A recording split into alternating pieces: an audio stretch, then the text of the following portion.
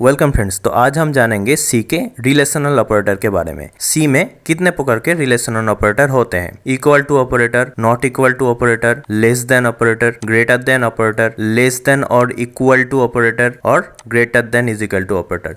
यही 6 टाइप का relational operator सी पर मौजूद है। तो चलिए एक एक करके देख लेते हैं। तो पहले देख लेते हैं रिलेशनल ऑपरेटर किसे कहते हैं। सी में relational operator check the relationship between two of the available operand. हम पहले ही कह चुके हैं सी पर दो वेरिएबल के बीच में अगर कोई ऑपरेटर ऑपरेट करता है तो हम उन दोनों वेरिएबल को ऑपरेंड कहते हैं, क्योंकि ऑपरेटर दो ऑपरेंड के बीच में ही काम करता है। अगर दो वेरिएबल के बीच में कोई रिलेशनल ऑपरेटर रहता है तो रिलेशनल ऑपरेटर इन दोनों वेरिएबल के बीच में एक रिलेशन तैयार करता है। अगर ये रिलेशन ट्रू होता है तो ये 1 रिटर्न करेगा और अगर ये रिलेशन फॉल्स होता है तो 0 रिटर्न करेगा। इसीलिए इसे रिलेशनल ऑपरेटर कहा जाता है, क्योंकि ये दो वेरिएबल के बीच में जो रिलेशन तैयार होता है इसको वेरीफाई करता है। मोस्टली रिलेशनशिप ऑपरेटर यूज होता है लूप्स पर और डिसीजन मेकिंग पर। रिलेशनल ऑपरेटर कैसे लूप्स और डिसीजन मेकिंग में सी प्रोग्रामिंग में काम करता है ये हम बाद में प्रोग्रामिंग के थ्रू देखेंगे। तो पहले शुरू करते हैं इक्वल टू ऑपरेटर से। इक्वल टू ऑपरेटर को डिक्लेयर किया जाता है डबल इक्वल टू साइन से। इक्वल टू ऑपरेटर का काम होता है दोनों ऑपरेंड के बीच में इक्वल वैल्यू है कि नहीं ये चेक करना। जैसे कि आप यहाँ पर एग्जाम्पल पर देख सकते हैं कि 5 is equal to 5।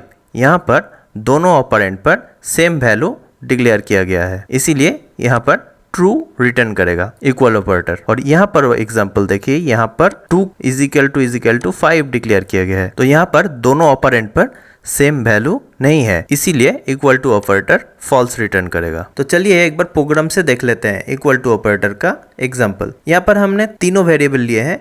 A variable का वैल्यू रखे हैं 5, बी का वैल्यू रखे हैं 5 और सी का वैल्यू रखे हैं 2। पहले हम ए और बी दोनों वेरिएबल के अंदर इक्वल टू ऑपरेटर का यूज करेंगे तो देखेंगे कि वैल्यू ट्रू आता है कि फॉल्स आता है। इसीलिए यहाँ पर हम लिखे हैं %d is equal to %d is %d, यानी कि ये पहला वाला ऑपरेंड ए के लिए और दूसरा वाला ऑपरेंड बी के लिए, और यहाँ पर हम इस कंडीशन को पुट करेंगे, यानी कि ए इज इक्वल टू बी। ये प्रिंट होगा यहाँ पर ट्रू है कि फॉल्स है, ये हमको दिखाएगा। तो रन करके देखते हैं।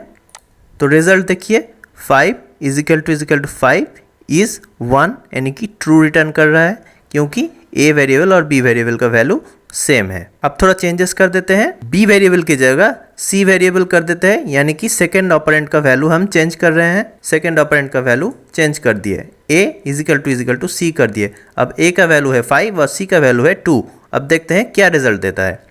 अब देखिए result 5 is equal to 2 is 0, यानी कि फॉल्स दिखा रहा है, जो कि एकदम ठीक दिखा रहा है। नेक्स्ट चलते हैं नॉट इक्वल टू ऑपरेटर पर। नॉट इक्वल टू ऑपरेटर को हम ऐसे डिक्लेयर करते हैं exclamation mark is equal to से। नॉट इक्वल टू ऑपरेटर का काम ये होता है कि दोनों ऑपरेंड के बीच में वैल्यू सेम है क्या नहीं ये चेक करना, मगर इसका रिटर्न करने का टाइप थोड़ा उल्टा होता है इक्वल टू ऑपरेटर से। दोनों ऑपरेंड के बीच में अगर वैल्यू नॉट इक्वल होता है तो ये रिटर्न करता है ट्रू, और अगर दोनों ऑपरेंड के बीच में वैल्यू अगर नॉट इक्वल टू होता है तो फॉल्स रिटर्न करता है। जैसे कि आप एग्जांपल पे देख सकते हैं, दोनों ऑपरेंड का वैल्यू 5 दिया गया है, 5 नॉट इज इक्वल टू 5। यहाँ पर दोनों ऑपरेंड का वैल्यू सेम है, इसीलिए ये फॉल्स रिटर्न करेगा।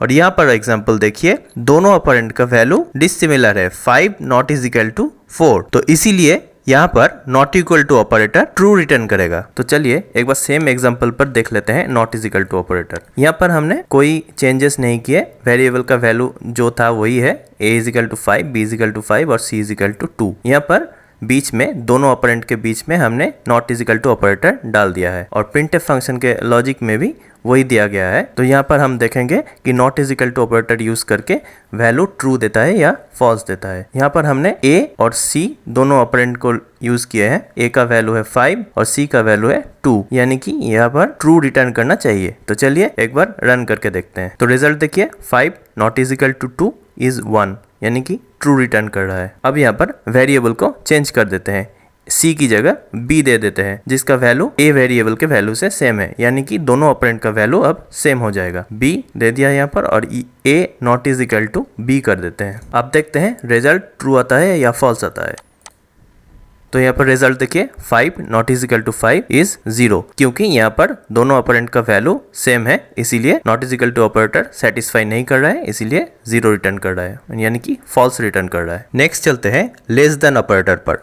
लेस देन ऑपरेटर को इस सिंबल से डिक्लेयर किया जाता है। लेस देन ऑपरेटर का काम होता है कि दोनों ऑपरेंड के बीच लेफ्ट वाला जो ऑपरेंड है वो राइट से छोटा है कि नहीं ये चेक करना। जैसे कि एग्जांपल पर देखिए, यहाँ पर 9 लेस देन 7 किया गया है, यानी कि लेफ्ट वाला जो ऑपरेंड है वो राइट से बड़ा है, तो ये सेटिस्फाई नहीं करता, इसीलिए less than operator false return करेगा। और यहाँ पर देखिए इस एग्जांपल पर 4 लेस देन 5 डिक्लेयर किया गया है, यानी कि लेफ्ट वाला जो ऑपरेंड है वो राइट ऑपरेंड से छोटा है, इसीलिए less than operator true value return करेगा। तो चलिए एक बार सेम एग्जांपल से लेस देन ऑपरेटर को देख लेते हैं। यहाँ पर हमने दो ऑपरेंड लिए हैं C और B। C का वैल्यू है 2 और B का वैल्यू है 5, और हमने जो कंडीशन दिया है वो C लेस देन B, यानी कि C का वैल्यू है 2 और B का वैल्यू है 5, तो हिसाब से इसको ट्रू रिटर्न करना चाहिए। तो रन करके देखते हैं। तो यहाँ पर रिजल्ट देखिए 2 लेस देन 5 इज 1। यहाँ पर 2 का वैल्यू 5 से कम है, इसीलिए लेस देन ऑपरेटर सेटिस्फाई किया और 1 रिटर्न किया। और अगर हम लेफ्ट साइड में जो ऑपरेंड है उसका वैल्यू बढ़ा देते हैं, यानी कि स्वैप कर देते हैं, पहले इसको B वेरिएबल दे देते हैं, उसके बाद C वेरिएबल देते हैं, यानी कि कंडीशन को थोड़ा चेंज कर देते हैं, B लेस देन C कर देते हैं। तो यहाँ पर पहले वाले ऑपरेंड का वैल्यू हो गया 5 और दूसरा वाला ऑपरेंड का वैल्यू हो गया 2। और चलिए रन करके देखते हैं कि डिसीजन ट्रू देता है या फॉल्स देता है। तो रिजल्ट देखिए 5 less than 2 is equal to 0। यहाँ पर लेफ्ट वाला जो ऑपरेंड है उसका वैल्यू राइट से बड़ा है, इसीलिए लेस देन ऑपरेटर सेटिस्फाई नहीं करता, इसीलिए 0 यानी कि फॉल्स रिटर्न कर रहा है। नेक्स्ट चलते हैं ग्रेटर देन ऑपरेटर पर। ग्रेटर देन ऑपरेटर को ग्रेटर देन साइन से डिक्लेयर किया जाता है। ग्रेटर देन ऑपरेटर का काम होता है कि दोनों ऑपरेंड के बीच पहला वाला जो ऑपरेंड है वो सेकंड से ज्यादा है कि नहीं ये चेक करना। जैसे यहाँ पर एग्जाम्पल पर आप देख सकते हैं 7 ग्रेटर देन 4, यानी कि दोनों ऑपरेंड के बीच पहला वाला जो ऑपरेंड है वो सेकंड से वैल्यू में ज्यादा है, इसीलिए greater than operator true return करेगा। सेकंड एग्जांपल पर देखिए 3 ग्रेटर देन 9, यानी कि पहला वाला जो ऑपरेंड है वो सेकंड से छोटा है वैल्यू में, इसीलिए greater than operator false return करेगा। तो चलिए प्रोग्राम के साथ एक बार देख लेते हैं ग्रेटर देन ऑपरेटर। यहाँ पर हमने दोनों ऑपरेंड का यूज किया है B और C, और यहाँ पर हमने ऑपरेटर को चेंज करके ग्रेटर देन कर दिया है। ऑपरेंड B का वैल्यू है 5, ऑपरेंड C का वैल्यू है 2, और यहाँ पर हमने कंडीशन दिया है B ग्रेटर देन C। तो कंडीशन के हिसाब से यहाँ पर ग्रेटर देन ऑपरेटर को ट्रू रिटर्न करना चाहिए। तो देखते हैं रन करके क्या रिजल्ट देते हैं। तो यहाँ पर रिजल्ट देखते हैं 5 ग्रेटर देन 2 इज 1। यहाँ पर पहला ऑपरेंड का वैल्यू था 5 और दूसरा ऑपरेंड का वैल्यू था 2, इसीलिए ग्रेटर देन ऑपरेटर सेटिस्फाई करता है और वैल्यू 1 रिटर्न करता है। अगर इसी ऑपरेंड को हम स्वैप कर देते हैं तो देखते हैं रिजल्ट क्या देता है। B की जगह C कर देते हैं, तो हमने ऑपरेंड को स्वैप कर दिया और न्यू कंडीशन जो आया C is greater than B, जहाँ पर C का वैल्यू है 2 और B का वैल्यू है 5। तो कंडीशन के हिसाब से यहाँ पर ग्रेटर देन ऑपरेटर को फॉल्स दिखाना चाहिए। तो देखते हैं क्या डिसीजन देता है।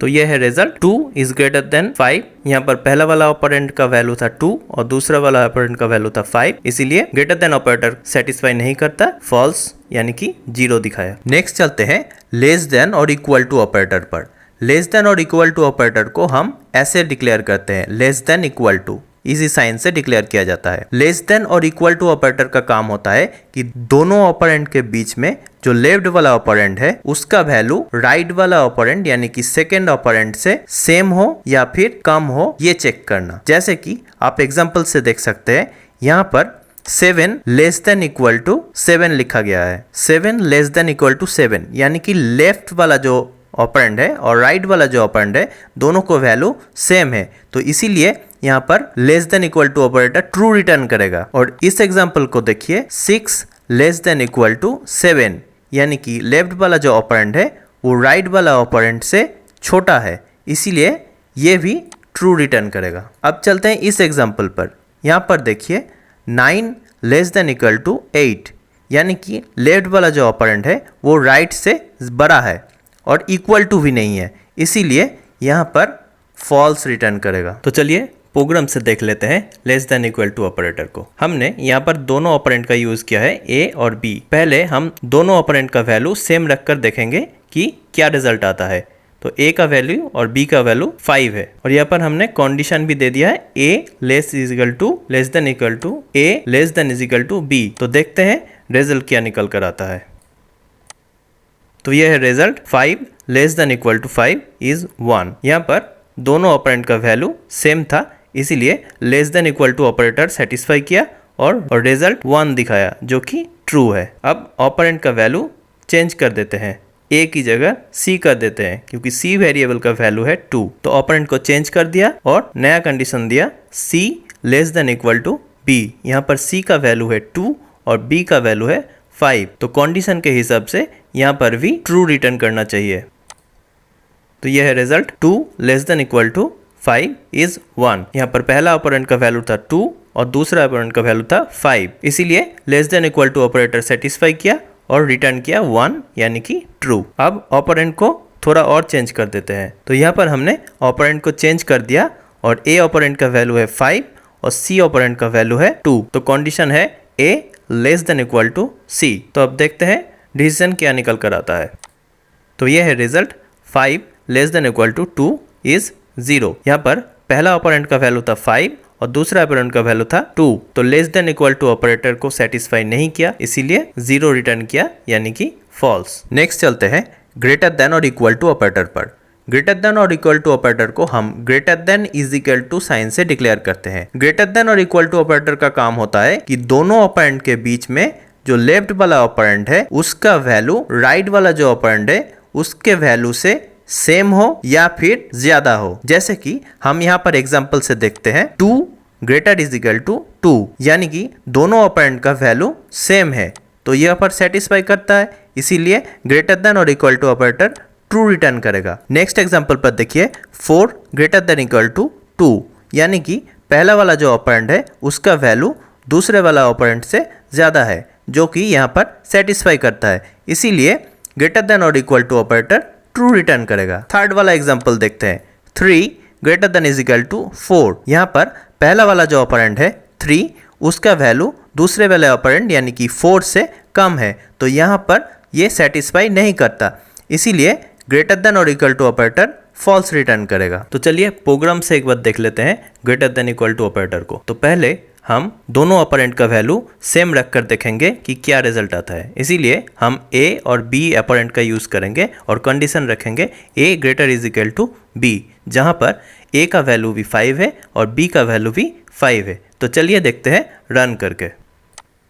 तो ये है रिजल्ट पर हम देख सकते हैं 5 greater is equal to 5 is 1, जहाँ पर पहला और दूसरा दोनों ऑपरेंड का वैल्यू सेम है 5, इसीलिए greater than equal to operator satisfy किया और वैल्यू ट्रू यानी कि 1 दिखाया। अब ऑपरेंड को थोड़ा चेंज कर देते हैं। अब कंडीशन रखते हैं ए ग्रेटर देन इक्वल टू सी, जहाँ पर ए का वैल्यू है 5 और सी का वैल्यू है 2, यानी कि 5 greater is equal to 2। Condition के हिसाब से यहाँ पर ट्रू दिखाना चाहिए। तो चलिए देखते हैं क्या डिसीजन देता है। तो ये है result 5 greater is equal to 2 is 1, जहाँ पर पहला वाला ऑपरेंड का वैल्यू है 5 और दूसरा ऑपरेंड का वैल्यू था 2, इसीलिए greater than equal to operator satisfy किया और ट्रू यानी कि 1 रिटर्न किया। अब ऑपरेंड को स्वैप करके देखते हैं क्या रिजल्ट आता है। अब यहाँ पर कंडीशन देंगे C greater is equal to B, जहाँ पर C का वैल्यू है 2 और B का वैल्यू है 5। कंडीशन के हिसाब से greater than equal to operator को फॉल्स यानी कि 0 रिटर्न करना चाहिए। तो चलिए देख लेते हैं डिसीजन क्या देता है। तो ये रहा result 2 greater is equal to 5 is 0। यहाँ पर पहला ऑपरेंड का वैल्यू था 2, सेकेंड ऑपरेंड का वैल्यू था 5, इसीलिए greater than equal to operator satisfy नहीं किया और फॉल्स यानी कि 0 रिटर्न किया। तो नेक्स्ट वीडियो में हम सी के लॉजिकल ऑपरेटर के बारे में जानेंगे।